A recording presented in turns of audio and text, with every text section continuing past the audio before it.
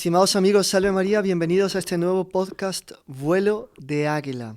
Estamos siempre bajo la inspiración de nuestra patrona, que es el águila de las águilas, la Santísima Virgen María, que vuela sobre todos los cielos con una altura extraordinaria. Y justamente hoy vamos a hablar de ella y de un título que le corresponde a ella como co-redentora. Es un título que, como algunos saben, ha sido un poco polémico. Se discute, pues siempre se han discutido las cosas en la Iglesia de forma más o menos fraterna conforme las épocas, pero siempre ha habido pues debates, diversas visualizaciones que se han confrontado. Si estudiamos el dogma de la misma Inmaculada Concepción, pues hubo papas a favor, hubo papas contra, hubo papas que congelaron el debate, sin contar los teólogos divididos en maculistas e inmaculistas. Bueno, con la corredención pasa algo semejante.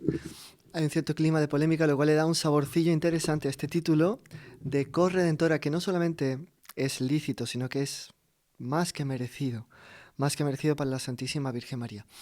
Vamos a estar debatiendo este asunto y conversando sobre él con el hermano Esteban y que también se ha preparado ahí un montón de lecturas, libros. Aquí tenemos algunos artículos siempre envueltos en papeles nosotros para darles doctrina seria e información bien basada.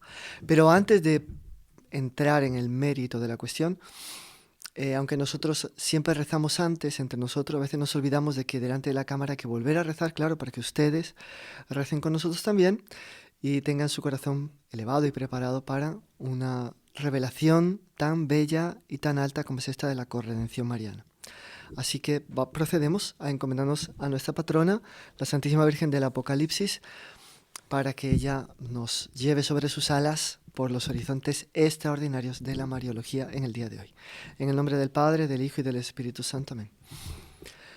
Dios te salve María, llena eres de gracia, el Señor es contigo, bendita eres entre todas las mujeres y bendito es el fruto de tu vientre, Jesús.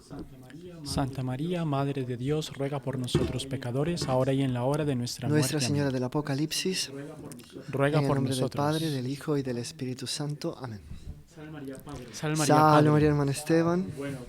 Bueno, tratar de la Virgen María como corredentora, algo como usted dijo, polémico, pero también muy grande, muy grandioso, muy profundo y de mucha gloria para la Santísima Virgen María. De María nunquam satis, nunca suficiente, nunca podremos decir suficiente al respecto de ella. Y mismo que ahora hablemos de la corredención de la Virgen María, pues intentaremos aproximarnos al máximo de lo que eso es, sabiendo que lo que digamos nunquam satis, nunca será suficiente para hablar de la Santísima Virgen María. Padre, ¿por qué? Bueno, para hablar de la corredención, si le parece, antes hablar un poco de qué es la redención.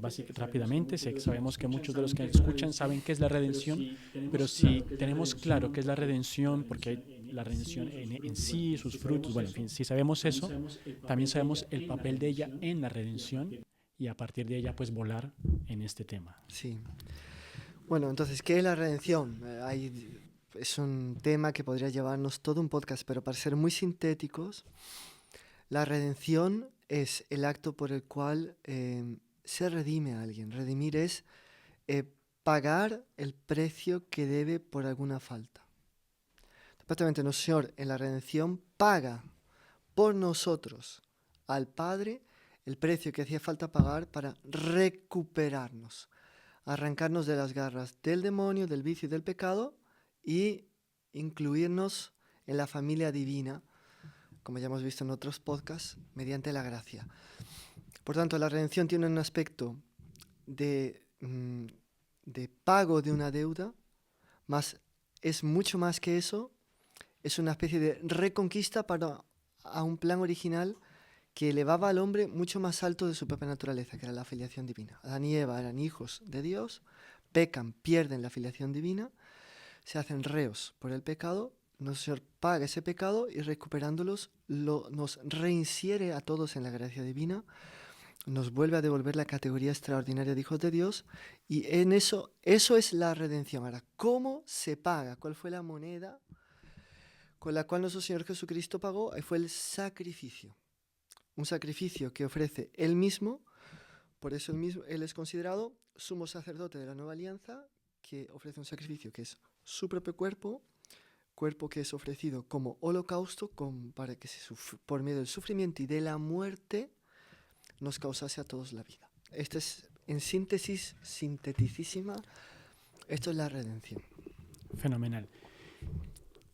Escuchándolo y viéndolo y sabiendo la redención, se diría que, claro, quien nos redimió fue nuestro Señor Jesucristo, porque Él fue el que Sí. murió para pagar lo que usted dice. Y la Virgen María. ¿Dónde encontramos esas referencias de que la Virgen María es corredentora en las Escrituras, en el Magisterio, en la tradición de la Iglesia? ¿Qué es lo que más nos hace tener la seguridad de que ella es corredentora? Bueno, vean, en las Sagradas Escrituras no hay una mención explícita al hecho de que Nuestra Señora fuese corredentora. Lo único que sabemos por las Sagradas Escrituras es que la encarnación, Dios quiso hacerla depender de su colaboración. O sea, ella tuvo que decir que sí al ángel para que el Verbo se encarnase. Por tanto, Dios no ejecutó el plan de la encarnación sin un consentimiento previo de Nuestra Señora. En ese plan de la encarnación estaba en germen el plan de la redención. Pues Nuestro Señor no se encarna por gusto, para darse un paseo por la tierra. Él se encarna para redimirnos del pecado.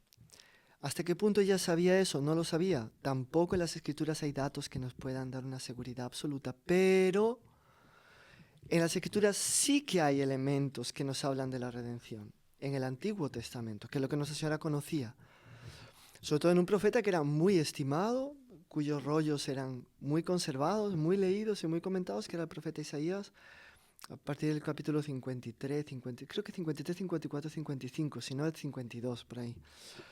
Empieza el cántico del siervo de Yahvé. En el cántico del siervo de Yahvé hay una descripción que parece el Nuevo Testamento. Parece que Isaías vio a nuestro Señor en cuanto a Redentor y nos lo describe.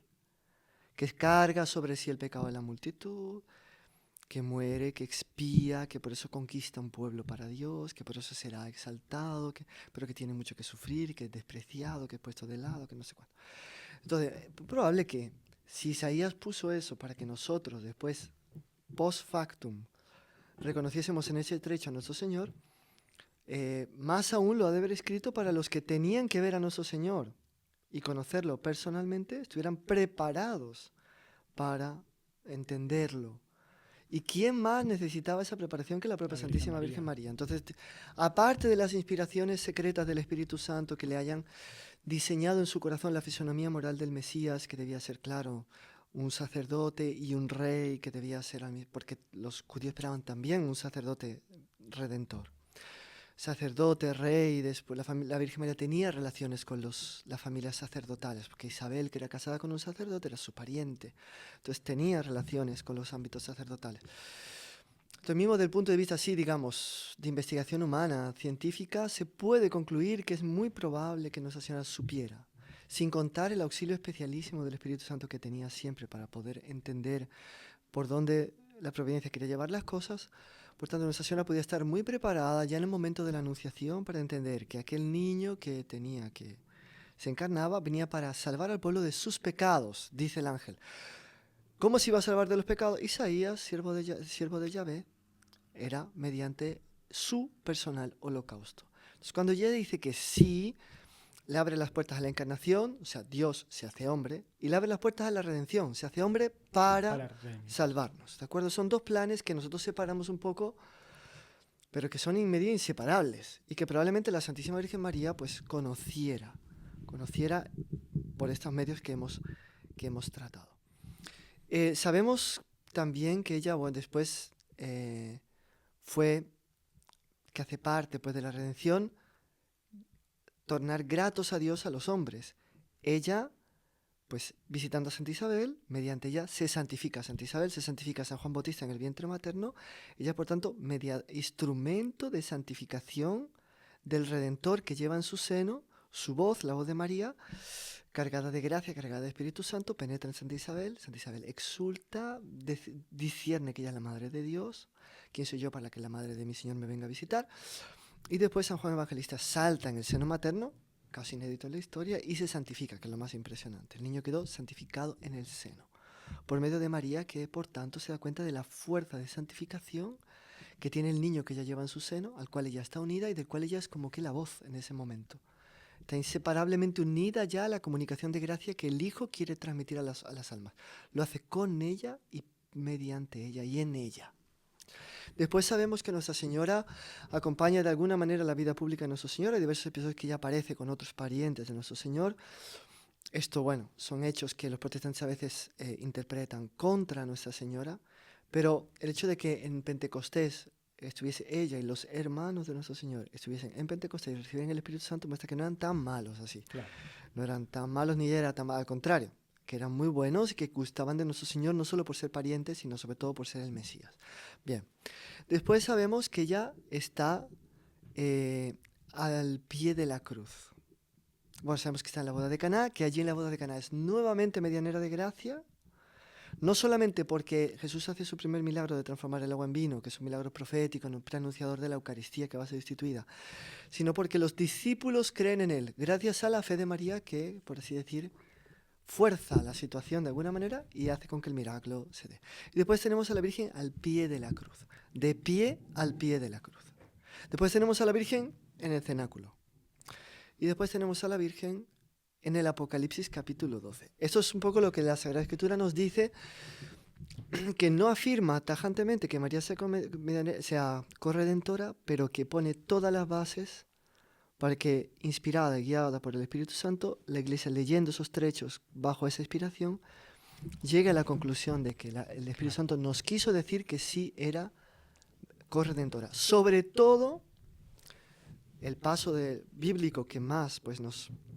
Solo un paréntesis, padre, que no son pocos, innumerables santos, doctores y padres de la Iglesia que interpretando lo que usted dice, las Sagradas Escrituras, afirman esto. Claro. Por lo tanto, no estamos yendo afirmando cosas... Sí, es una voz constante de la Iglesia, desde los primeros tiempos, como veremos, hasta el magisterio reciente. Una voz constante de la Iglesia, que a veces se afirma de forma más clara, menos clara, en un tono más alto, menos, pero siempre la Iglesia, cuando interpretó todos estos pasajes, siempre, pues interpretó eso. Ahora, recientemente, pues algunos estudios exegéticos muy interesantes han hablado de este capítulo 12 del Apocalipsis de San Juan, que como todos sabemos, empieza con la mujer vestida de sol y continúa con el prelium magnum del cielo, que Miguel y sus ángeles combaten contra el demonio, Satanás y sus ángeles. No se encuentra lugar para el diablo es expulsado del cielo y viene a la tierra a hacerle guerra a los hijos de la mujer. Entonces tenemos, por tanto, en la Apocalipsis 12 una mujer vestida de sol, con la luna bajo sus pies y coronada de 12 estrellas, que gime por los dolores del parto y que da a luz un hijo que apenas nace, es arrebatado al cielo. Sí. Entonces ella es perseguida, huye, la tierra viene a su encuentro porque el dragón que ha sido expulsado del cielo vomita un agua horrorosa que la tierra se traga y ella es liberada. Ella huye y entonces el diablo va a hacer guerra contra sus hijos. ¿De acuerdo? Entonces, en este paso de la escritura, que sin duda muy simbólico y misterioso, algunos teólogos de gran renombre como Schieben, un dominico del siglo XX muy conceptuado y muy serio, y a un exégeta más reciente, Pitre, que ha escrito muchos libros sobre interpretaciones judaico-bíblicas de algunos misterios de la fe cristiana, y ha escrito un libro sobre Nuestra Señora, sobre la Santísima Virgen María. Dicen que la Santísima Virgen María aparece vestida de sol, porque evidentemente está unida a Dios, entonces es solta. La luna bajo los pies y las estrellas, recordando el sueño de José, que veía unas estrellas, la luna y el sol que le prestaban culto a ella, porque él era superior al sol, la luna y las estrellas. El sol era el padre, la luna era la madre, las estrellas los hermanos. Es por este sueño que los hermanos van a envidiar a José y lo van a vender como esclavo a esos comerciantes que lo acaban llevando a Egipto. Esos mismos símbolos aparecen aquí para mostrar la superioridad de la Virgen. Vestida de sol, ella no es superior al sol, pero está llena de sol, pero sí es superior a la luna y a las estrellas que le hacen corona. Estrellas que en el Apocalipsis van a simbolizar los 12 apóstoles, o sea, por tanto, reina de los apóstoles. Y simbolizan tantas otras cosas. Las estrellas en el Apocalipsis, las iglesias, simbolizan varias cosas. Pero la cuestión más importante es que sobre los dolores de parto de esta mujer, ¿qué nos dicen estos teólogos, estos exegetas? Sintéticamente nos dicen que no son los dolores del parto del nacimiento de Jesús. Porque la Virgen dio a Jesús sin dolor, además. Hay una tradición católica muy consolidada, incluso afirmada por San León Magno y por otros doctores, de que la Virgen dio a luz sin dolor por causa de una profecía de Jeremías. Jeremías dice que cuando venga el Mesías las mujeres dejarán de dar a luz con dolor, porque dar a luz con dolor es la maldición del pecado original. Como el Mesías venía a abolir los efectos del pecado original, las mujeres darían a luz sin dolor. Y esa profecía la Iglesia siempre creyó que se cumplió en la Virgen. El paso de San Lucas, que nos narra el nacimiento, da indicios de que puede haber sido así por el hecho de que la Virgen inmediatamente viste al niño después del parto y lo pone ya a descansar. Sabemos que una madre que ha dado a luz no tiene condiciones de hacer eso. De momento se lo hace una nodriza, hoy en día una enfermera o lo que sea.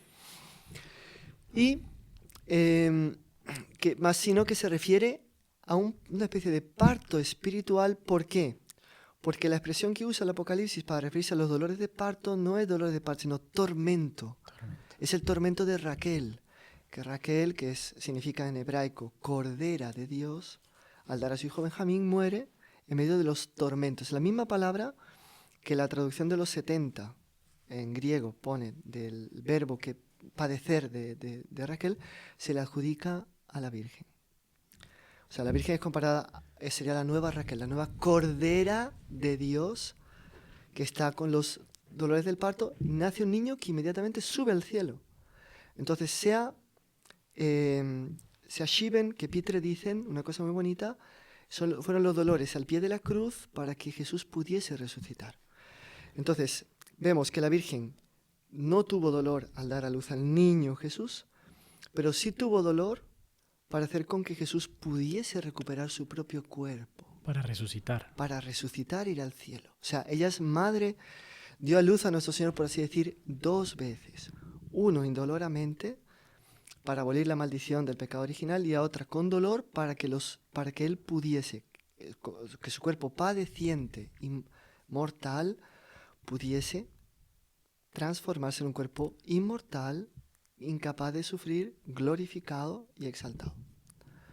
Por tanto, Nuestra Señora es como así decir, dio a luz al niño 2 veces. San Lucas nos cuenta el primer nacimiento y San Juan en el Apocalipsis nos cuenta el segundo nacimiento. Entonces, ese acto de tener los dolores de parto, que serían los dolores más espirituales que físicos, que es a lo que hace referencia a este verbo del tormento, no solamente se aplica, si se aplican al cuerpo de Jesús, a fortiori se aplican a toda la Iglesia. Claro. Y de hecho siempre la Iglesia creyó que nosotros nacimos de los dolores de parto espiritual de María al pie de la cruz, por eso es nuestra madre, porque nos dio a luz espiritualmente al pie de la cruz. ¿De acuerdo? Entonces digamos como que Apocalipsis 12 se presenta como el paso bíblico que más recientemente está dando como que más luz, más posibilidad para entender que la Santísima Virgen realmente cooperó con nuestro Señor para que nosotros renaciéramos a la vida espiritual y para que nuestros cuerpos también pudiesen recibir la gloria. O sea, aunque ella no nos dio a luz como dio a luz a nuestro Señor, nos dio a luz espiritualmente también al cuerpo, para que el cuerpo pudiese resucitar. O sea, ella es más madre de nuestro cuerpo, la Virgen, que nuestra madre, porque nuestra madre dio a luz un cuerpo que tendría que corromperse. Ella va a dar a luz un cuerpo que no se corrompe, porque es el cuerpo glorioso de todos los bienaventurados que van a ir al cielo. ¿De acuerdo? De acuerdo. Entonces, esto sería desde el punto de vista bíblico lo que hay. Y después hay que hacer un repaso, digamos. Bueno, lo que usted acaba de decir, que aunque se dijo muy de paso, ojo que Madre Nuestra, cuando decimos que la Virgen María es Madre Nuestra, tiene una amplitud mucho más con esto que usted acaba de decir. Exactamente. Eso hay varias apariciones, aún no aprobadas por la Iglesia. Mencionamos Garabandal y Prado Nuevo, que no, por tanto nadie está obligado a creer en ellas. Incluso cuando son aprobadas estamos obligados a creer en ellas. Pero es imprudente no creer, y puede ser revestir una cierta gravedad no creer una vez que la Iglesia lo ha aprobado. Estas no están aprobadas, tampoco están condenadas, pero en ambas se pide, ¿no?, que se rece la Ave María, Madre de Dios y Madre Nuestra. Aunque en Garabandal en concreto, si no recuerdo mal, la Virgen dice que la Iglesia en determinado momento lo va a instituir, mientras tanto que las personas lo recen privadamente. Hay una diócesis de la Iglesia Católica en que oficialmente se reza la de María, Madre de Dios y Madre Nuestra, Guadalajara, México. Fenomenal. Lo reza Madre Dios y Madre. Pero este Madre Nuestra significa Madre Nuestra en estos términos. Claro, muy grandioso. O sea, Es muy grandioso. Nuestra Señora, por el hecho de ser Madre Nuestra, ocupó un puesto muy alto. Exactamente. Porque por lo que usted dice, el cuerpo glorioso de nuestro Señor, nuestro, bueno, ya la explicación que usted dijo. Entonces, la redención, claro, redimió nuestra alma. Eso nos olvidamos de decirlo. Pero también es para el cuerpo. Porque este cuerpo padeciente inmortal se transfigurará como el cuerpo de Cristo en cuerpo glorioso, dice San Pablo. O sea, tiene un efecto sobre el hombre total. Entonces, el parto espiritual de la Virgen es un parto también como que físico. Claro, no es que físicamente se pasa por su vientre, que no diera tener esa honra. Pero que espiritualmente sí pasamos por su corazón y de su corazón como que renacemos del punto de vista espiritual y también físico, ¿eh? O sea, tiene consecuencias físicas sobre el cuerpo, concretas. Pues aquí está, esto es lo que hay. Hay otra cosa también importante, y es que nos tenemos que remontar al Génesis, ¿no? Y Dios crea el universo entero, después crea a Adán, ve que Adán está solo, crea a Eva, que va a ser su compañera. Adán exulta, dice que carne es su carne, hueso de sus huesos, y después pone en ellos la administración del Edén, del jardín, que Adán va a tener que cultivar y tal, no sé cuánto, solo que sin el sudor de la frente, hasta el pecado. Después el pecado va a tener que hacer lo mismo, pero con el sudor de su frente y combatiendo los cardos y las espinas que van a nacer para como que darle un aspecto de lucha a todo su quehacer. Por tanto, crea dos. Hombre y mujer los creó, a su imagen y semejanza los creó. Entonces, el orden del universo que Dios crea, del universo material, tiene como pináculo el hombre y la mujer. La unión del hombre y la mujer, no solamente la unión carnal que va a dar lugar a la prole, más sobre todo una especie de unión espiritual, de complementación espiritual entre el hombre y la mujer, hacen con que ambos unidos alcancen un cierto grado de perfección, de contemplación, cada uno aportándole al otro su peculiar modo de ver las cosas. Sobre esto se puede hablar mucho, pero bueno, mejor vamos directo al grano. El caso es que el hombre, con cierta visión más universal, más general, más elevada, iba a ayudar mucho a la mujer, pero la mujer con la visión particular iba a ayudar al hombre a comprender las minucias de Dios, porque Dios cuida hasta de las minucias. Bien, y lo cual no deja de ser importante. Entonces, si Dios se preocupa, es importante. Claro. Si Dios cuida la minucia es importante. Cosa que al hombre le pasaría un poco más desapercibida. El caso es que viene la tentación, el episodio famoso de la serpiente, Eva es engañada. Es engañada porque quiere dejarse engañar. Ella seduce a Adán en el sentido de que Adán, por amor a ella, por cariño a ella, quiere ser solidario con ella en el pecado. Ella con el sueño de que primero ella siendo diosa, comiendo ella, y después dándole a Adán, ella quedaba en el pináculo de la creación. Claro. Era la última, porque como dice San Pablo, Adán fue creado de Eva y no Eva de Adán. Por tanto, la mujer tiene que depender del marido. Eso es lo que dice San Pablo, ¿no? Pero ella comiendo, la primera, diosa. Y Adán comiendo de ella, Dios también, pero dependiendo de ella. ¿De acuerdo? Entonces, y esto Adán, claro, peca, ¿por qué? Porque prefiere el amor de Eva que el amor de Dios. Un gran pecado también. Bien. Estos dos pecados sumados son el pecado original, que da las consecuencias que no perdemos la gracia.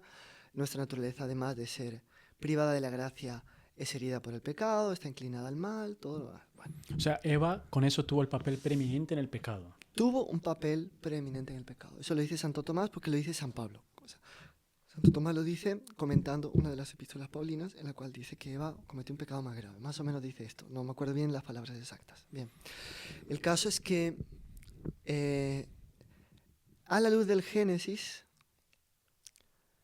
encontramos ya en el Nuevo Testamento elementos para ver la contraposición del Génesis. En lugar de la serpiente, un ángel, el ángel Gabriel, que anuncia a María.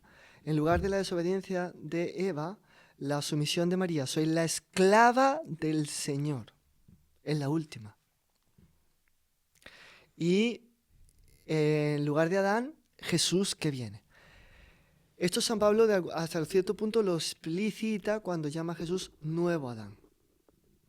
El anterior Adán era carnal, el nuevo Adán es espiritual, tal. Bien, esta teología paulina, también de un cierto corte joáneo, o sea, de San Juan, la van a heredar varios padres de la Iglesia, en concreto San Justino, San Irineo y Tertuliano. Estos tres padres van a hablar de María como nueva Eva. Porque como San Pablo decía que Jesús era nuevo Adán, entonces María era la nueva Eva. El que hace afirmaciones más sobresalientes es San Irineo, aunque San Justino y Tertuliano lo dicen claramente y la ponen, nueva Eva, ¿en qué sentido?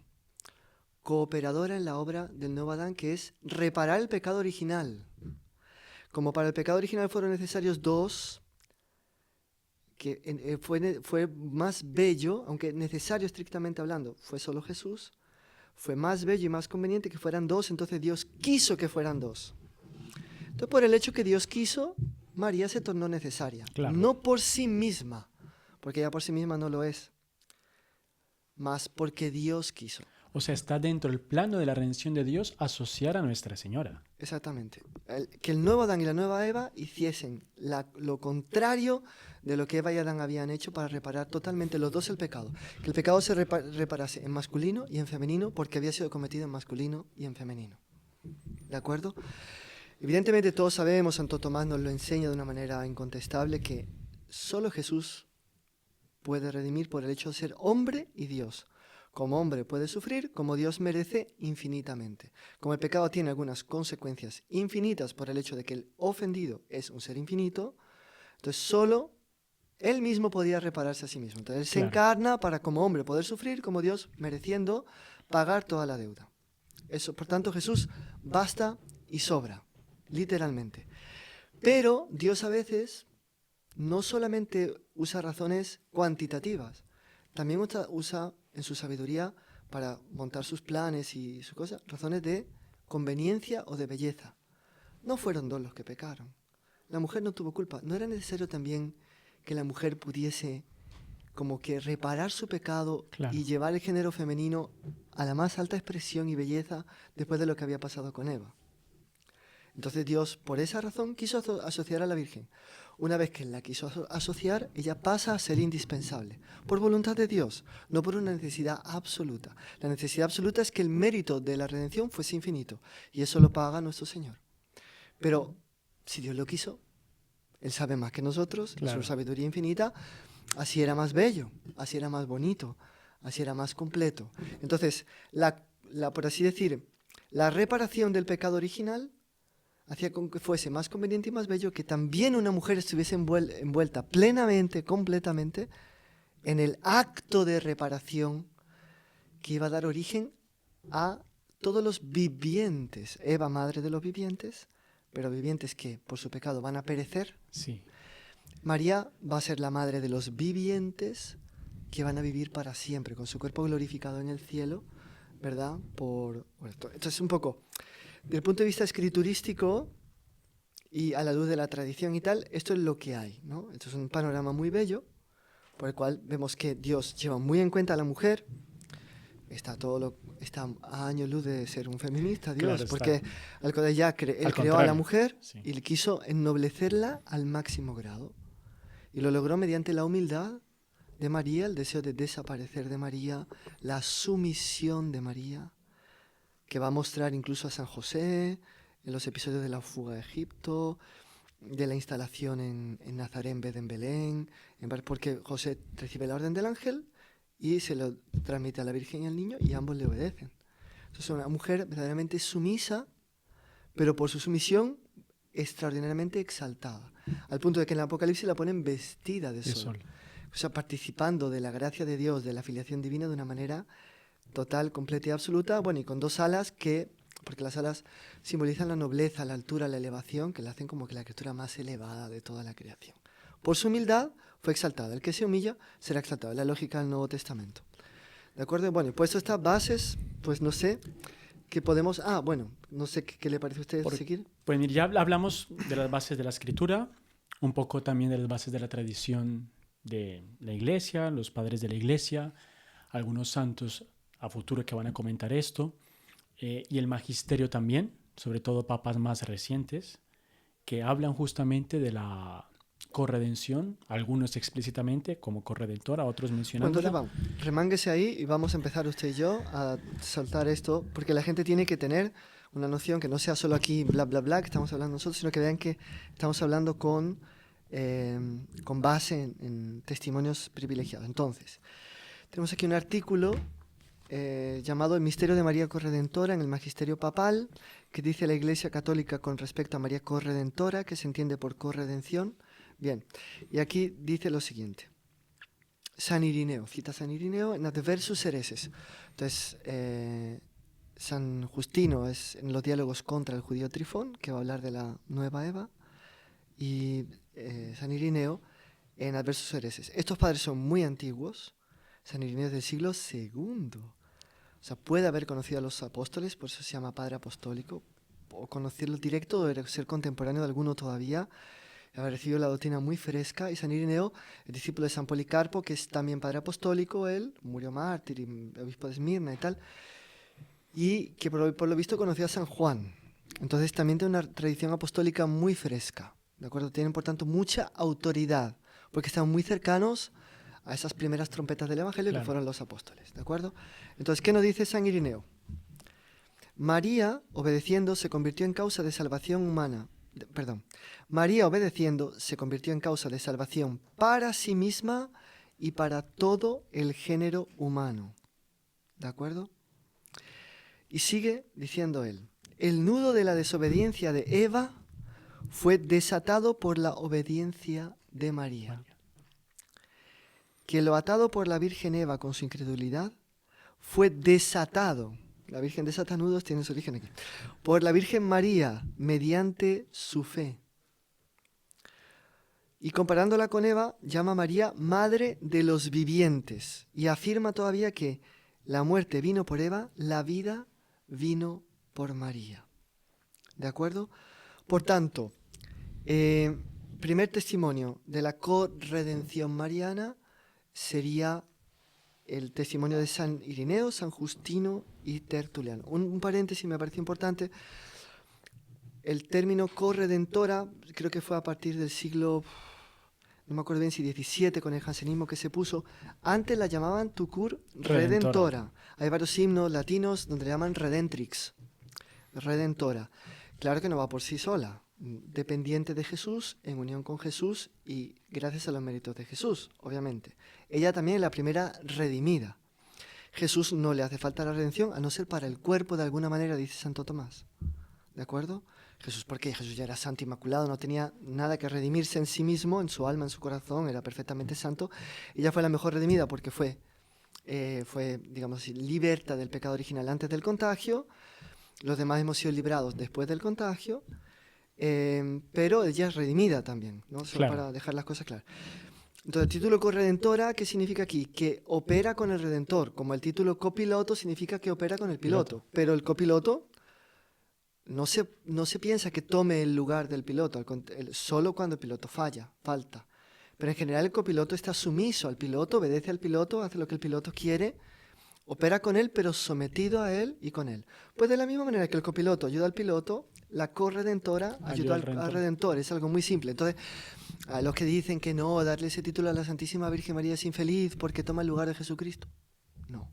Así como cuando nosotros decimos que los papás son procreadores, no le estamos quitando a Dios el título de creador. El título de creador, ¿verdad? Clarísimo. Pues de la misma manera, pues decir que es corredentora no le ensombrece nada a nuestro Señor. Tal cual. Al contrario, lo enriquece porque el hecho de que Él haya logrado que ella redima con Él le da todavía más gloria a Él. Porque no solo opera Él, sino que Él logra que una mujer ¿Puede operar eso? opere también con Él. Entonces, transmitirle a ella ese poder de operar la redención nos muestra la cantidad de poder que tiene nuestro Señor. O sea, lo hace a nuestros ojos más potente, más poderoso. Hace refugir más su grandeza, ¿vale? Hay otros padres, ya hablando de eso que usted dice, que dicen que decir corredentora a Nuestra Señora puede confundir a las personas, porque claro, gente poco instruida que escucha que redención, corredentora, los desvía y los confunde.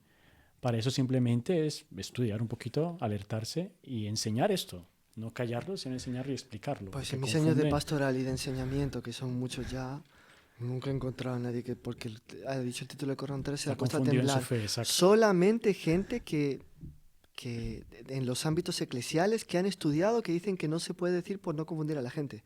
Pero gente que me haya dicho que se han confundido por este título, Tal cual. en toda mi vida, jamás. Al contrario, que queda tan claro, por lo que la cuestión del piloto y el copiloto queda tan claro, su papel, que no confunde para nada, no ensombrece en nada a nuestro Señor, para nada. Todo poder que nuestro Señor le comunica a una criatura redunda en gloria para Él. Porque Santo Tomás dice, Dios muestra su poder de dos maneras, actuando Él directamente y comunicándole a otros el poder de actuar, participando de su poder. Ese comunicar el Entonces, poder es y Santo más. Tomás da un ejemplo muy bonito, dice, el maestro, él tiene una clase, instruye a todos los alumnos, él comunica su ciencia a todos. Pero si es tan buen maestro que le comunica su capacidad de enseñar la ciencia a ellos y los hace a otros maestros, Mucho más. ¿cuál maestro es más potente, más fuerte, más capaz? ¿El que ha ilustrado a los alumnos, 20 alumnos, ilustró a 20 alumnos o el que transformó a 20 alumnos en 20 maestros? Claro, el que transformó en 20 maestros. ¿Por qué? Porque comunicó más su ciencia. Entonces fue más poderoso en su acción sobre ellos. De la misma manera que él haya hecho a la Virgen Corredentora, solo lo exalta más en su poder. Tal cual. Entonces no hay nada que temer en cuanto a eso. Más, incluso eso que dice, no, la Virgen nunca quiso tomar el lugar de Jesús, ni siendo corredentora lo toma. Ella toma su lugar es la corredención. A Jesús la redención, a ella la corredención, ya está.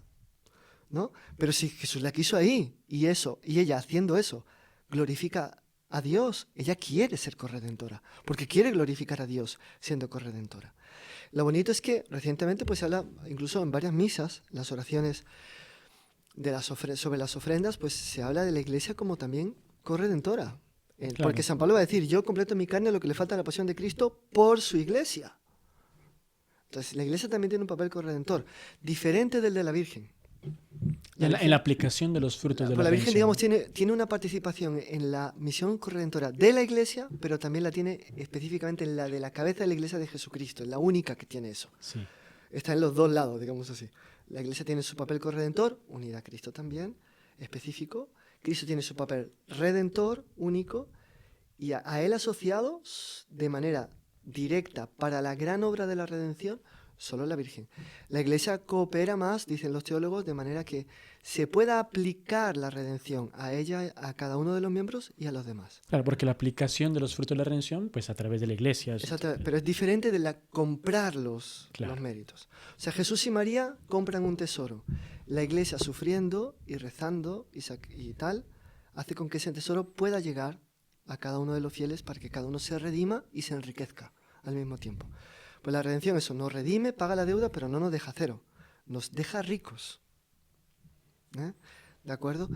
Entonces, bien, ¿y qué más? Bueno, y el magisterio, los papas que hablaron sobre esto, hay referencias muy recientes también, porque claro, así como el conocimiento de la Virgen María fue creciendo en la historia, el dogma de la Inmaculada Concepción fue, pues también la corredención, como que el Espíritu Santo actualmente en nuestros tiempos está soplando. Si bien que es antiguo, pero quedó como adormecido. O sea, cuando San Irineo, San Justino y tal dicen esto es una intuición bellísima, una intuición cargada de contenido. Es una semilla que puede dar lugar a un árbol precioso. Pero, curiosamente, como en Éfeso, año 400 y pico, no me acuerdo si 420 algo o 51, no me acuerdo bien,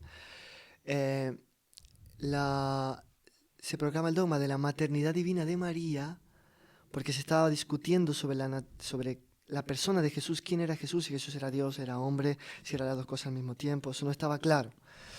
Y se vio envuelta la Virgen, porque Nestorio, que era el hereje de la época, decía que la Virgen era madre de Cristo, pero no era madre de Dios. Era Cristotocos, no Teotocos. En Éfeso definen que es madre de Dios. Entonces la maternidad divina, por ese dogma, toma una fuerza tremenda y es lo que orienta toda la mariología, principalmente hasta cierto punto. Después la Virgen pasa a ser madre de Dios y madre nuestra. Y a partir de que la piedad empieza a considerar la madre nuestra, aunque no en el Ave María, sino en la piedad del siglo XII, XIII, XIV, ya empieza la cuestión de que ella colaboró con la redención. Ahí vienen los primeros himnos, que ella es redentora, que no sé cuánto. Y la cosa va tomando volumen muy lentamente, la semilla de un gran árbol se desarrolla lento, y hasta que a partir del momento en que se proclama el dogma de la Inmaculada Concepción, se le da un empujón a lo de la corredención porque Pío IX pone la Inmaculada Concepción como la respuesta a la prevaricación de Eva. Claro. María la Inmaculada, la obediente, la que repara el pecado de Eva, pronto entonces corredentora. Corredentora. Él no lo dice textualmente, pero sí hay trechos en los cuales usted puede sacar la doctrina de la corredención, de la bula ineffabilis Deus, ¿no? Por lo menos los presupuestos.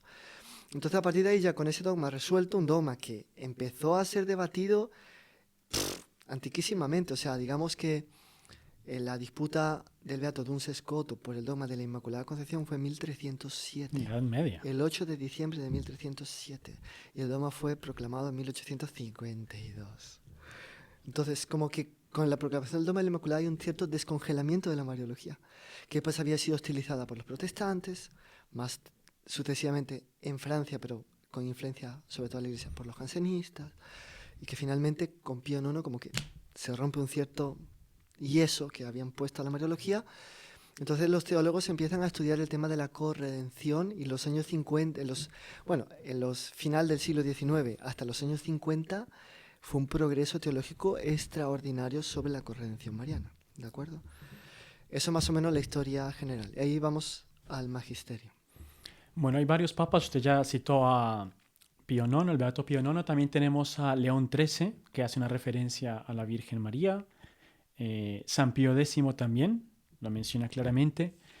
Pero es propiamente Benedicto XV quien va a utilizar por primera vez en el magisterio el término corredentora, la palabra corredentora. Está la cita, en latín, aquí la tengo también en castellano. Sí, léala en castellano porque yo creo que en latín no va a ser tan... Entonces dice así, en la Carta Apostólica, Benedicto XV, Interso de Alicia, dice así: hasta tal extremo María sufrió y casi murió con su hijo dolorido y moribundo, hasta tal extremo abdicó de sus derechos maternales sobre el hijo para la salvación del hombre y lo inmoló en cuanto ella podía hacerlo, a fin de aplacar la justicia de Dios, que podemos decir con razón que redimió al género humano junto con Cristo. Por tanto, aquí no le llama corredentora, la llama redentora. Redentora, aún más. Porque si ya redimió, María el sujeto del verbo, junto con Cristo complemento. Redimió, quien redime es redentor. O sea, Benedicto XV la llama redentora. El término corredentora tengo aquí en este mismo artículo que hemos citado antes. Aparece por primera vez corredentora propiamente dicho. Bueno, teológicamente había aparecido en el tiempo del jansenismo para que los jansenistas no usasen el argumento de que se le equiparaba a Jesús y se ensombrecía a Jesús y no sé qué. Algunos teólogos católicos asumen el término corredentora, siendo que el normal era redentora. Y entonces Pío IX la usa, San Pío X lo usa, no él directamente, sino lo que sería hoy la Congregación para la Doctrina de la Fe, el Santo Oficio Antiguo, cuando piden los servitas tienen mucha relación con la corredención mariana, porque están muy ligados al misterio de los dolores de María, dolores redentores. Sí. Tienen una misa de la Virgen Dolorosa que ella dice que la Virgen con sus dolores nos salvó y tal, muy antigua. Pero cuando piden que esa misa de los 7 dolores de María sea extendida a toda la Iglesia universal, entonces la Congregación de la Doctrina de la Fe de la época responde lo siguiente. En la congregación de los ritos, la de los ritos no era de doctrina de la fe, la de los ritos es la serie de los sacramentos, de actualmente, del culto divino, digamos, de hoy en día. Dice, expresó el deseo de que con ello se incremente el culto a la Madre Dolorosa y se intensifique la piedad y agradecimiento de los fieles hacia la misericordiosa corredentora de la gracia de la raza humana. Entonces, la llaman misericordiosa, corredentora de la raza humana. Es un documento oficial que tiene valor magisterial porque es aprobado por el Papa. Aunque es de la congregación, el Papa se responsabiliza por lo que sus órganos de gobierno dicen, evidente, ¿no? Tienen, sobre todo si es ex audiencia, si está en la audiencia del Santo Padre. 5 años más tarde, la Sagrada Corazón del Santo Oficio, aquí sí, por tanto, la actual doctrina de la fe, en un decreto firmado por el cardenal Mariano Rampolla, que había sido co-candidato con San Pío X al papado, pero como no fue elegido papa, fue hecho prefecto, ¿tá? Expresó su satisfacción con la práctica de añadir al nombre de Jesús el de María. En el saludo, alabados sean Jesús y María, lo que uno responde ahora y por siempre. Y dice, hay cristianos que tienen también la devoción hacia la que es la más bendita de entre las vírgenes, que no pueden mencionar el nombre de Jesús sin que vaya acompañado del nombre glorioso de la Madre, nuestra corredentora, la Virgen María. ¿De acuerdo? 6 meses después, la misma congregación otorga una indulgencia de 100 días al que recitar una oración de reparación a la Virgen, comenzando con las palabras en italiano Vergine Benedetta, Virgen bendita.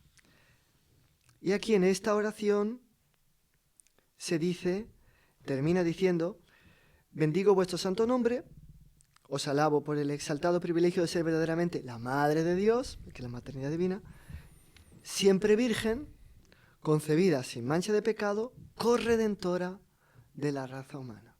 ¿De acuerdo? Entonces, oración indulgenciada. Pero eso, ahí ya llegamos a Pío XI. Si usted tiene ahí a Pío XI. Tengo Pío XI, sí. Porque es el primero que menciona el término corredentora en el magisterio, el propio Papa mencionándolo, no a través de órganos de gobierno, sino el propio Papa diciéndolo. Él dice así, oh Madre de amor y misericordia, que cuando tu dulcísimo Hijo estaba consumando la redención del género humano en el altar de la cruz, estuviste próxima a Él, sufriendo con Él como corredentora, conserva a nosotros, te suplicamos, y aumenta de día en día el fruto precioso de su redención y de tu compasión.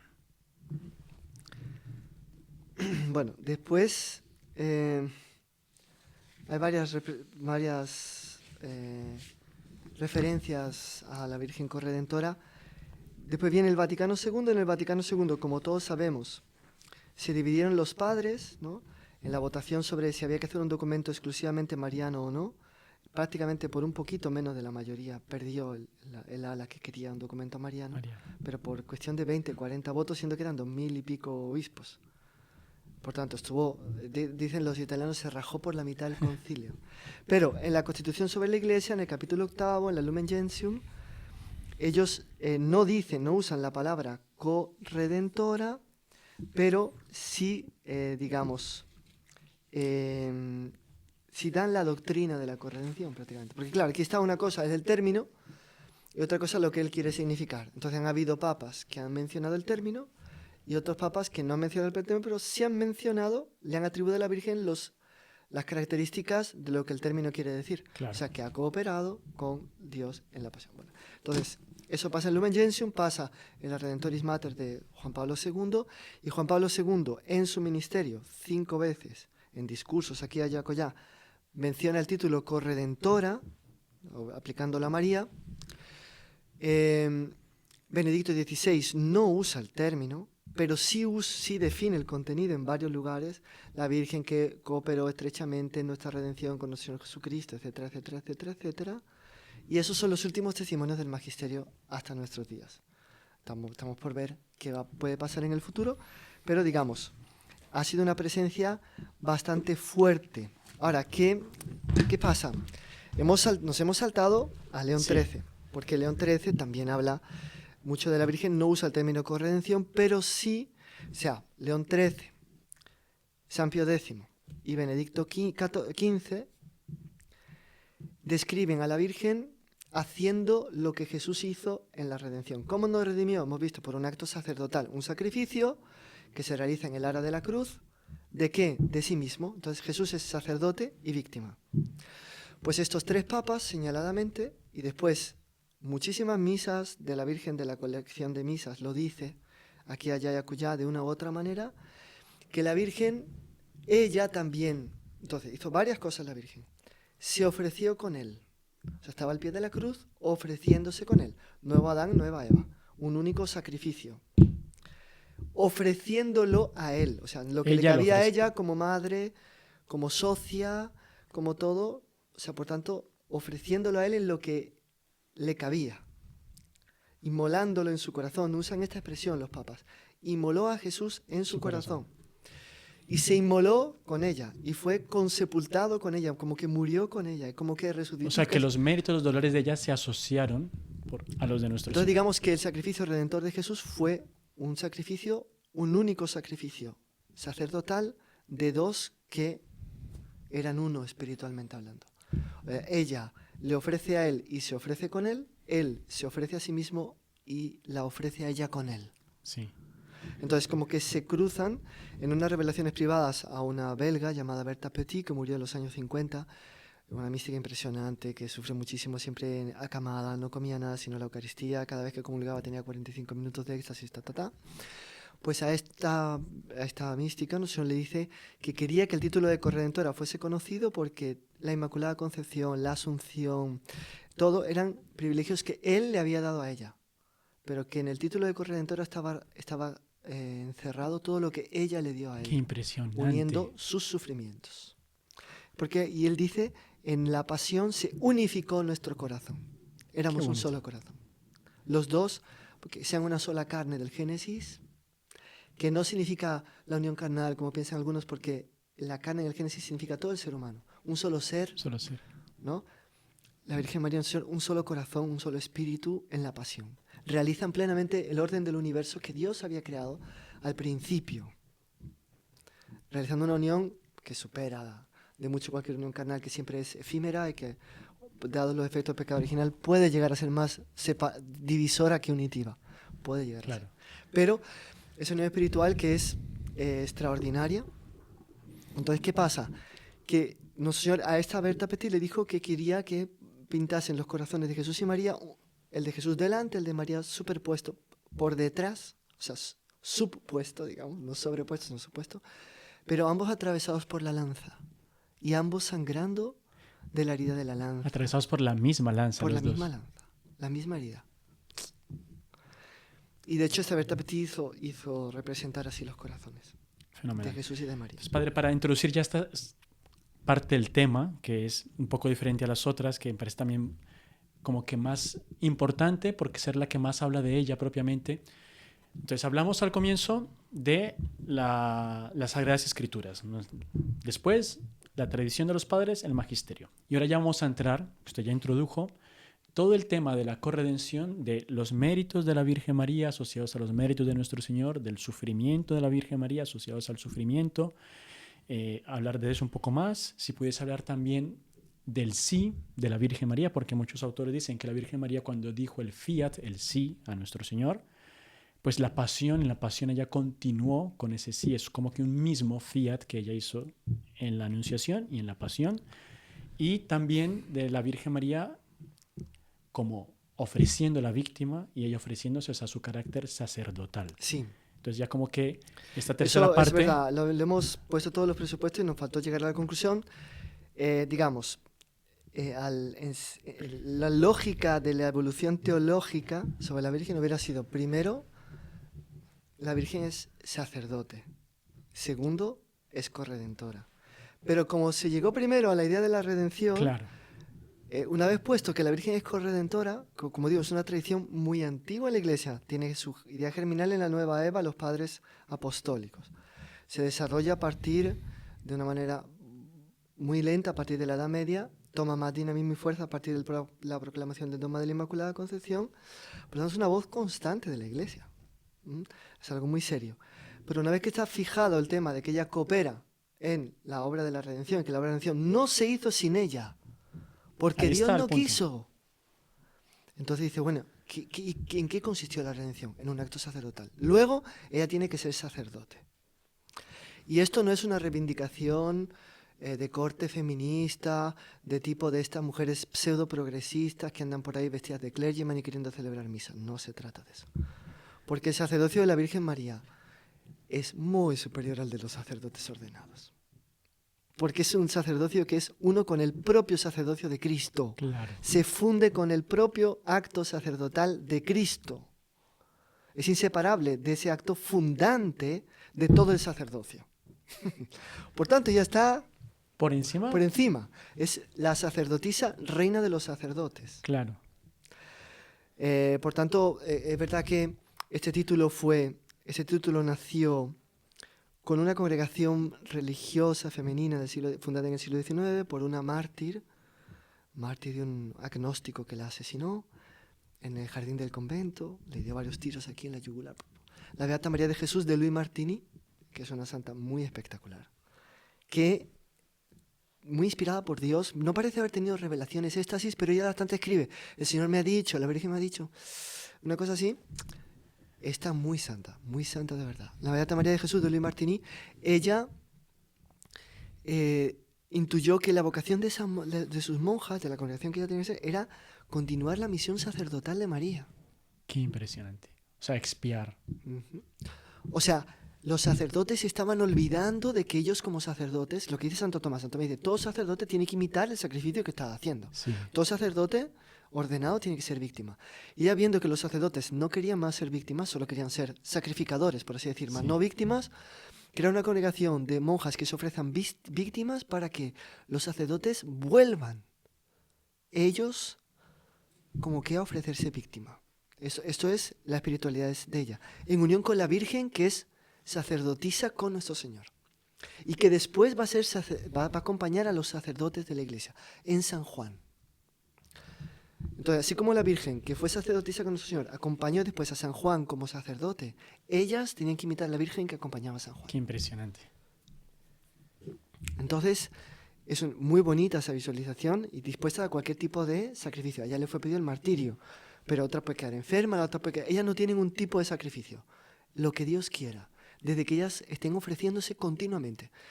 Entonces, ellas en unión con María ofrecen todas las misas, todos los sacerdotes, el sacrificio de nuestro Señor, todos los sacrificios de los que habían venido hasta su época, de los que iban a venir después. Qué impresionante. Muy bonito porque como que ellas ofrecen, estas religiosas, su sacrificio en unión con María. En unión con María en la misa. En la misa. Porque Nuestra Señora también se ofrecía en la misa, porque en la misa se hace el Opus Redemptionis, que es la obra de ella. ¿Sí?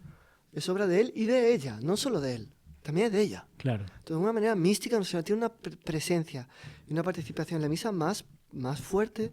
Todavía está por ser definido, estudiado con todos sus contornos esta realidad. Más vale la pena mencionarla porque ya Juan Pablo II dijo que la Virgen estaba presente en cada misa. Padre Pío la veía en cada misa. Hay datos. Faltará teológicamente, claro, definirlo mejor. No va a ser aquí ahora que nosotros vamos a hacer eso, ¿no? Más, en todo caso, sí que hay varios heraldos estudiando ya estos temas y estamos avanzando. Pero es una cosa que quede muy sobre segura, muy firmes. El caso es que, bueno, entonces...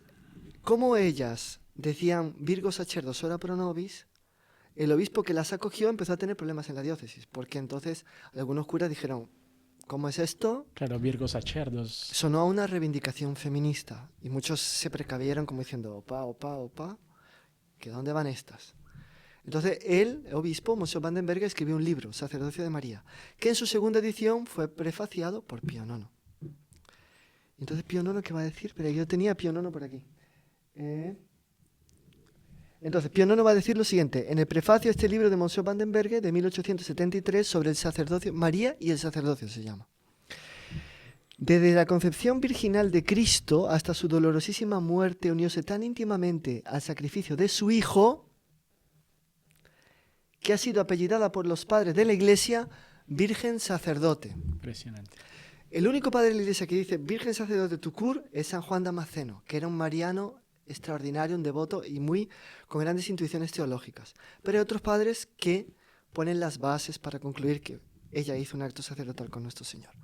Bueno, el resultado es que este libro con este prefacio pues le da plena ciudadanía a la juratoria Virgo Sacerdos, que San Pío X da indulgencia a quien la rece. Virgo Sacerdos ora pro nobis.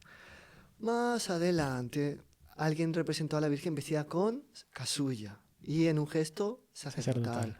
Pero sacerdotal de sacerdote ordenado. Claro.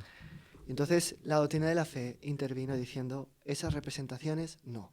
Y unos años más adelante, se siguió debatiendo un poco el tema, el cardenal Merry del Val, que era el jefe en el año 1920 y pico, dijo, no hablen más del asunto de María Sacerdote que va a causar confusión, porque se estaba interpretando como una reivindicación feminista de las mujeres, claro. Cuando en realidad no tiene nada que ver, porque es totalmente diferente. El sacerdocio de María no reivindica ninguna sacramentalización del papel de la mujer sacerdotal en la iglesia. Está por encima del Está sacramento. por encima Claro, de una clarísimo. especie de sublimación de lo que hoy llamamos, a raíz del Concilio Vaticano II, el sacerdocio común de los fieles.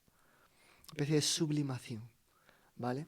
Aparte que su sacerdocio es mucho más que el sacerdocio común, porque es la participación del sacerdocio de Cristo, también es una sublimidad del sacerdocio común de los fieles. Vienen como que, no sé, está como un péndulo, porque así como es corredentora y redimida, también es sacerdotisa con nuestro Señor y es sacerdote con todo el pueblo sacerdotal que es la Iglesia, ¿no? Que ofrece a Dios sacrificios espirituales en unión con el sacerdocio jerárquico u ordenado y sometido a él, ¿de acuerdo? Ya fue sometida a San Juan, fue sometida a San Pedro, no reivindicó, dame a mí la presencia, no, porque siempre fue muy humilde la Virgen, pero ellos sabían que estaban celebrando algo que era obra de ella también. Obra de ella. ¿De acuerdo? La Pur Redemptionis no es una obra sola de Jesús, es una obra de Jesús y de María. Por tanto, si la misa es la Opus Redemptionis actualizada, de alguna manera mística que también tiene que ser definida, tiene que ser, en fin, todo eso, tiene que ser bien, teológicamente bien estudiada y precisada. Por tanto, lo que estamos diciendo aquí, no queremos ir más allá de lo que hemos dicho en términos muy generales y aún abiertos a cualquier precisación o corrección, pero es obra de ella también. ¿De acuerdo? Fenomenal, padre. Entonces ya creo que tenemos como que el cuadro completo. Intentamos dar un cuadro completo de lo que es la corredención de la Santísima Virgen María de una forma muy sublime y muy alta que la pone a ella en la redención, como dicen algunos, la redención objetiva de lo que hizo nuestro Señor en sí, de la Virgen María, que ella compró también con su precio, sus dolores, la redención y tal. Y para concluir, padre, el doctor Plinio, nuestro primer fundador, siempre dijo en varias ocasiones que la humanidad iba decayendo en la crisis, entrando en una crisis moral, cuando se enfriaba el fervor de la Santísima Virgen María. Entonces, no de ella, sino hacia ella. Hacia ella, exacto, el fervor hacia la Santísima Virgen María. Entonces, en nuestros tiempos, la aplicación actual concreta, ¿cree usted que se puede aumentar ese fervor a la Santísima Virgen María?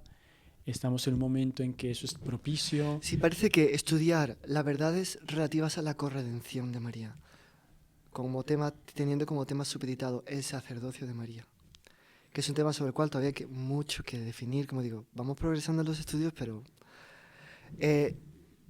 va a ser una fuente ¿de qué?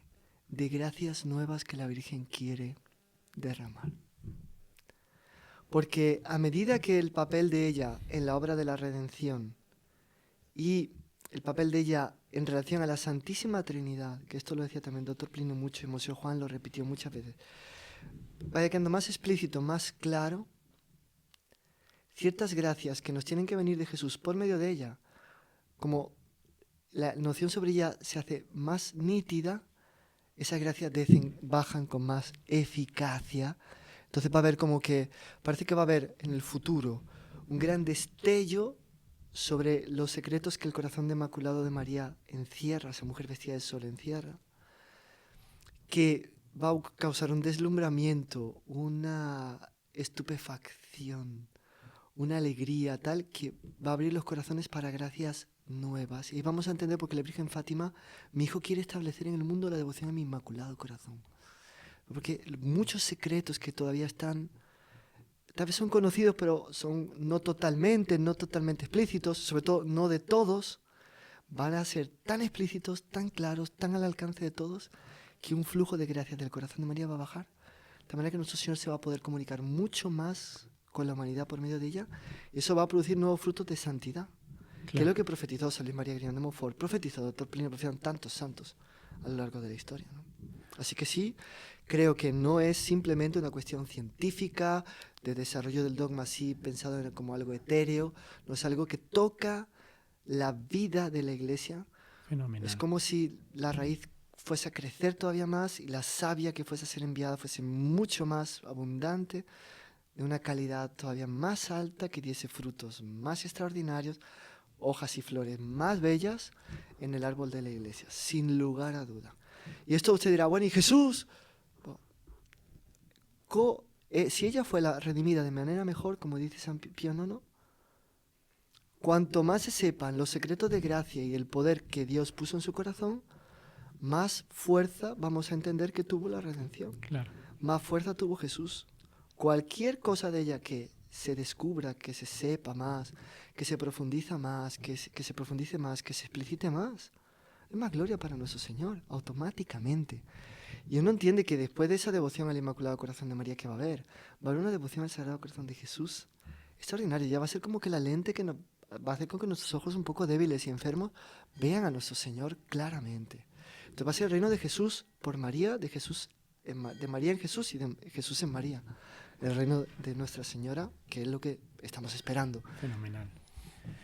Padre Carlos, muchísimas gracias por este programa sobre la corredención de la Santísima Virgen María. Creo que todos los que escuchamos aquí estas palabras vimos un poco lo que decíamos, nunca satis, nunca podremos decir todo al respecto de la Santísima Virgen, pero creo que escuchando esto podemos profundizar y nos llenamos de ánimo para saber de que la Santísima Virgen María va a operar una restauración, una renovación al mundo en medio de las dificultades del mundo, en tantas calamidades que se viven, sobre todo morales, pues el remedio está en la Santísima Virgen María y ella como corredentora, como la que auxilia y la que realmente va a llevar los frutos de la redención a la plenitud. Es lo que el Doctor Pino decía, ¿no? Cuando hablaba de la boda de Caná, que el mejor vino quedó para el fin, el mejor vino de la historia queda para el fin, cuando ya aparece todo en manos del demonio casi. Por la estructura de pecado, de degradación, de horror que se va imponiendo cada vez más en el mundo, pérdida de la fe, apostasía. No. La clarinada más bella está por ser dada, el sol más bello está por nacer, con una nueva luz, con una nueva fuerza. Los mejores frutos de la redención están por verse y todo eso va a ser por medio de ella. Fenomenal. Fenomenal. Todos los devotos de la Santísima Virgen María, les deseamos también que ella los colme de muchísimas gracias mayores de las que hubo.